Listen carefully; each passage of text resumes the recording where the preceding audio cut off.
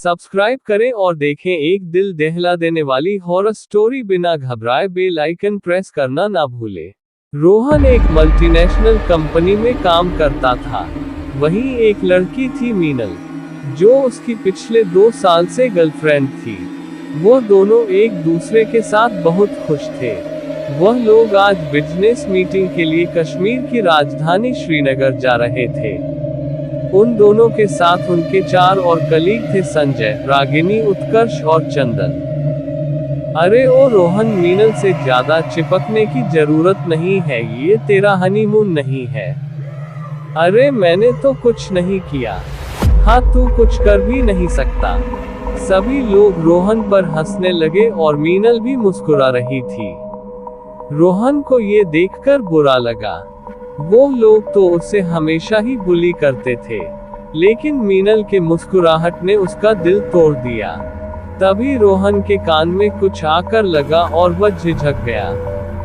रागिनी ने उसके कान में अपने दुपट्टे का कोना लगाया था। मत करो यार मीनल, तेरा बॉयफ्रेंड तो बड़ा बोरिंग है। रास्ते में सब मस्ती करते हुए जा रहे थे।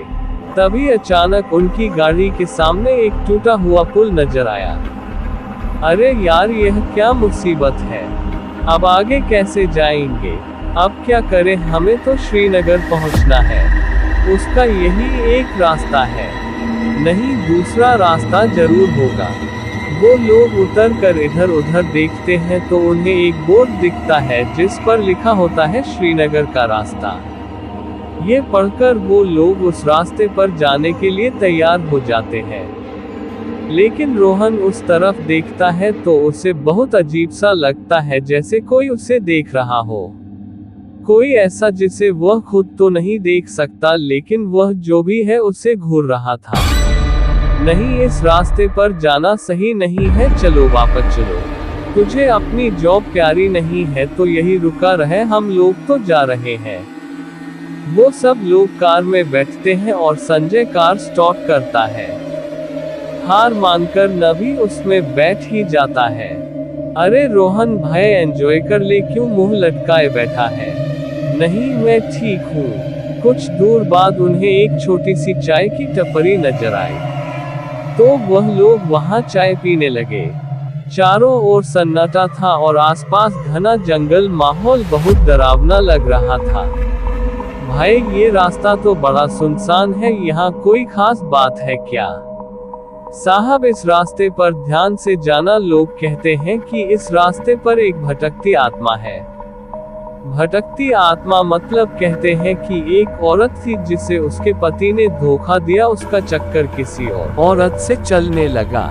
जब इस औरत को ये पता चला तो उसने पेड़ में फंदा डालकर फांसी लगा ली। वह अपने पति से बहुत प्यार करती थी। उसके मरने के बाद से उसकी आत्मा यही भटक रही है। लोग कहते हैं कि वो बहुत खतरनाक है। अरे भाई, इतनी ही परेशानी थी तो हमारे पास आ जाती, हम अच्छे से संभाल लेते। हाँ, सही कहा, उसके पति ने धोखा दिया तो क्या हुआ, हम तो है ना।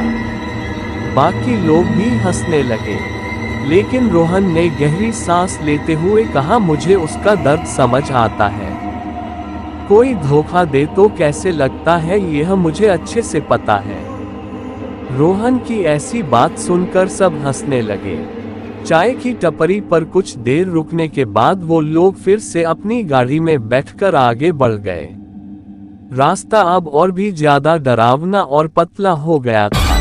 कुछ ही दूर जाने के बाद अचानक गाड़ी बंद हो गई। संजय ने गाड़ी से उतरकर देखा और कहा, अरे यार, गाड़ी तो गर्म हो गई है। इसे ठंडा करने के लिए पानी चाहिए।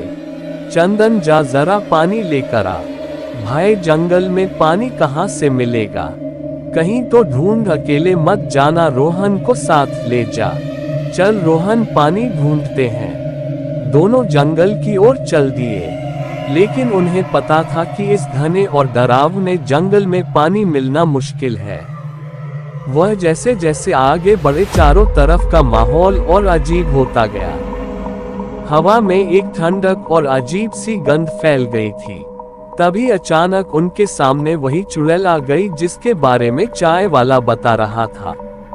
उसकी आंखें लाल, बाल बिखरे हुए और चेहरा बेहद डरावना था। उसे देखते ही चंदन के होश उठ गए और वो बिना एक पल गवाए पीछे की ओर भाग निकला। पर रोहन इतनी जल्दी संभल नहीं पाया। डर के मारे उसके पैर लड़खड़ा गए और वो जमीन पर गिर पड़ा। चुड़ैल की डरावनी छाया उसके ऊपर मंडराने लगी। उधर चंदन भागता हुआ वापस गाड़ी के पास पहुंचा। रोहन को चुड़ैल ने मार दिया, रोहन को चुड़ैल ने मार दिया। सभी लोग चंदन की हालत देखकर डर गए। वो कुछ समझ पाते उससे पहले ही रोहन सही सलामत चलता हुआ उनके पास वापस आ गया। तू ठीक है? हाँ मैं ठीक हूँ। ऐसा लगा वो चुड़ैल सिर्फ मुझे डराने आई थी। मीनल दौड़कर रोहन के पास आए और उसे गले लगा लिया। मैं एक बार गाड़ी स्टार्ट करके देखता हूँ, शायद हो जाए। गाड़ी स्टार्ट हो गई और वो लोग तेजी से आगे बढ़ने लगे। घना जंगल चारों ओर पसरा हुआ था। गाड़ी की हेडलाइट केवल कुछ फीट तक ही रोशनी कर पा रही थी और बाकी सब अंधेरे में डूबा हुआ था। कुछ देर बाद अचानक गाड़ी के चारों तरफ धुंध छा गई। ये धुंध इतनी घनी थी कि वो लोग अपने हाथों तक को नहीं देख पा रहे थे। तभी मीनल ने अचानक कार की खिड़की के बाहर कुछ देखा। वो देखो, कोई औरत पेड़ पर लटकी हुई है। सभी ने खिड़की के बाहर देखा और सच में एक औरत का साया पेड़ से लटका हुआ दिखाई दिया। उसकी आंखें चमक रही थी और वह हवा में झूल रही थी। अरे ये तो वही चुड़ैल लग रही है। जल्दी गाड़ी तेजी से आगे बढ़ाओ। अरे आगे कुछ नजर ही नहीं आ रहा है, कैसे आगे बढ़ाओ? तभी गाड़ी के अंदर अचानक ठंडक बढ़ने लगी, जैसे किसी ने वहां बर्फ डाल दी हो। गाड़ी के शीशों पर धीरे धीरे बर्फ की परत जमने लगी। रोहन ने हीटर चालू किया लेकिन कोई फायदा नहीं हुआ। मुझे बहुत डर लग रहा है, जल्दी चलो यहाँ से। गाड़ी के चारों ओर घिरी धुंध अचानक से हटने लगी और बर्फ भी पिघल गई। सबने राहत की सांस ली और संजय ने गाड़ी की रफ्तार बढ़ा दी। कुछ देर बाद रास्ते के किनारे एक बड़ा और खूबसूरत घर दिखाई दिया। लगता है हमें यहाँ रात बितानी चाहिए, बहुत हो गया अब और आगे बढ़ने का जोखिम नहीं ले सकते। हाँ ठीक है। वो लोग गाड़ी से उतरकर उस घर के अंदर चले गए। घर अंदर से भी बेहद खूबसूरत और आलीशान था। सभी ने अपने अपने कमरे चुने और आराम करने चले गए। रोहन ने मीनल को ढूंढने की कोशिश की लेकिन वह कहीं नजर नहीं आ रही थी। मीनल संजय के साथ एक सुंदर से कमरे में थी। दरअसल मीनल रोहन को चीट कर रही थी। उसका संजय के साथ अफेयर चल रहा था। चलो हमें थोड़ा समय अकेले के लिए तो मिला। हाँ सही बात, बस 1 मिनट रुको, मैं बाथरूम होकर आता हूँ। ठीक है, जल्दी आना। जैसे ही संजय बाथरूम में गया तो इधर यह कमरा अचानक बदलने लगा। खूबसूरत कमरा अब एक भयानक डर में बदल चुका था। दीवार पर मकड़ियों के जाले फैले हुए थे। जमीन पर चूहे दौड़ रहे थे और चारों तरफ गंदगी पसरी हुई थी। बचाओ, वो भागती हुई कमरे से बाहर निकल गई। तभी संजय भी बाथरूम से बाहर आया और इस हालत को देखकर घबरा गया। वो भी मीनल के पीछे भागते हुए बाहर आ गया। लेकिन जैसे ही वो दोनों हॉल में पहुंचे उन्होंने देखा कि पूरा घर अब उसी खौफनाक स्थिति में बदल चुका था। हर तरफ मकड़ियों के जाले, दीवारों से गिरती हुई ईंटें और डरावना माहौल। तुम कहाँ थी मीनल? लेकिन तभी अचानक रागिनी, उत्कर्ष और चंदन भागते हुए हॉल में आए। उनके पीछे वही चुड़ैल थी। उसने एक भयानक चीख मारी और तीनों को हवा में उठा लिया। सबकी आंखों के सामने उसने एक एक करके तीनों को बेरहमी से मार डाला। खून से लथपथ उनके शरीर जमीन पर गिर पड़े। रोहन, मिनल और संजय ने बिना कोई समय गवाए बाहर की ओर भागना शुरू कर दिया। उनकी सांसें तेज चल रही थी और दिलों की धड़कनें जैसे रुकने को थी। रोहन, मीनल और संजय जैसे तैसे बाहर निकलने में कामयाब हुए। लेकिन चुड़ैल भी उनका पीछा करते हुए बाहर आ गई। भागते भागते रोहन अचानक गिर पड़ा, पर पिछली बार की तरह उसने रोहन को छोड़ दिया और मीनल का गला पकड़ लिया।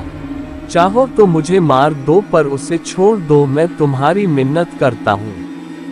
ये लड़की तुम्हें धोखा दे रही है, फिर भी तुम इसकी जिंदगी की भीख मांग रहे हो। हाँ, मुझे ये बात पहले से पता थी, लेकिन फिर भी मैं चाहता हूँ कि तुम इसे छोड़ दो और संजय को भी छोड़ दो, चाहे मेरी जान ही क्यों ना ले लो। ये सुनकर संजय और मीनल ने डर से चिल्लाते हुए कहा, हाँ हाँ, इसे मार डालो, हाँ हाँ, हमें छोड़ दो, हमें छोड़ दो। तुम इन्हें भले माफ कर सकते हो, पर मैं नहीं कर सकती। मैं धोखेबाजी कभी माफ नहीं करती। मैंने तुम्हारे बाकी साथियों को भी इसलिए मारा क्योंकि उन्हें इस धोखे के बारे में पता था, और फिर भी उन्होंने तुम्हें पहले नहीं बताया। अब ये दोनों मरेंगे।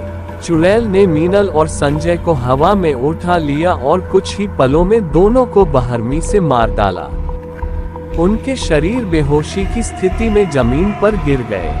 रोहन सदमे में था, पर तभी उसे चाय वाली की बात याद आई कि चुड़ैल के गले में एक मंगलसूत्र है, जिसे अगर कोई निकाल दे तो उसे मुक्ति मिल सकती है। रोहन ने हिम्मत जुटाई और चुड़ैल के पास धीरे धीरे बढ़ते हुए कहा, तुम्हारी दर्द भरी कहानी में मेरा दिल है। अगर तुम्हें धोखा दिया गया था तो मुझे माफ कर दो, मैं तुम्हारा दर्द समझता हूँ। चुड़ैल रोहन की तरफ घूरती रही। इसी बीच रोहन ने उसके गले में लटकते मंगलसूत्र को देखा और एक झटके से उसे खींचकर निकाल लिया।